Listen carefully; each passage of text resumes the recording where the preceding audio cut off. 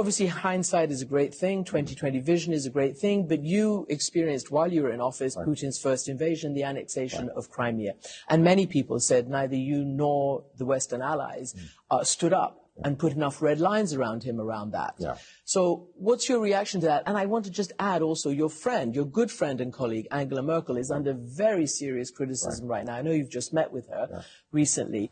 Should she have leveraged, you know, Germany's economy, its energy on the addiction to cheap energy in Russia? Was that a mistake? Well, you know, I think the Ukraine of that time is not the Ukraine that we're talking about today. There's a reason why there was not an armed invasion of Crimea, because Crimea was full of a lot of Russian speakers, and there was some sympathy to the view that Russia was representing its interests. The Rada at the time, the Ukrainian parliament itself, still had a number of Russian sympathizers, and the politics inside Ukraine were more complicated.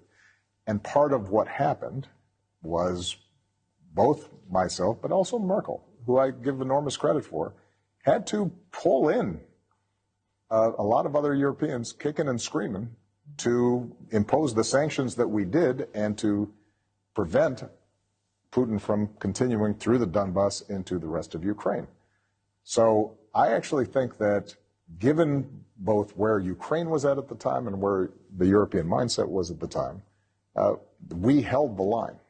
And part of what happened was, over time, a sense of Ukrainian identity separate from Russia and a determination to push back against Russia and an ability to prepare both militarily and civically to resist Russian pressure. They built up those muscles, and that's part of the reason why they were able to respond the way they did when you actually saw what was, in my view at least, incredibly misguided, not to mention illegal and incredibly cruel incursion by Russian forces. Do you think Putin should have been challenged more then? I think that we challenged Putin with the tools that we had at the time, given where Ukraine was at the time.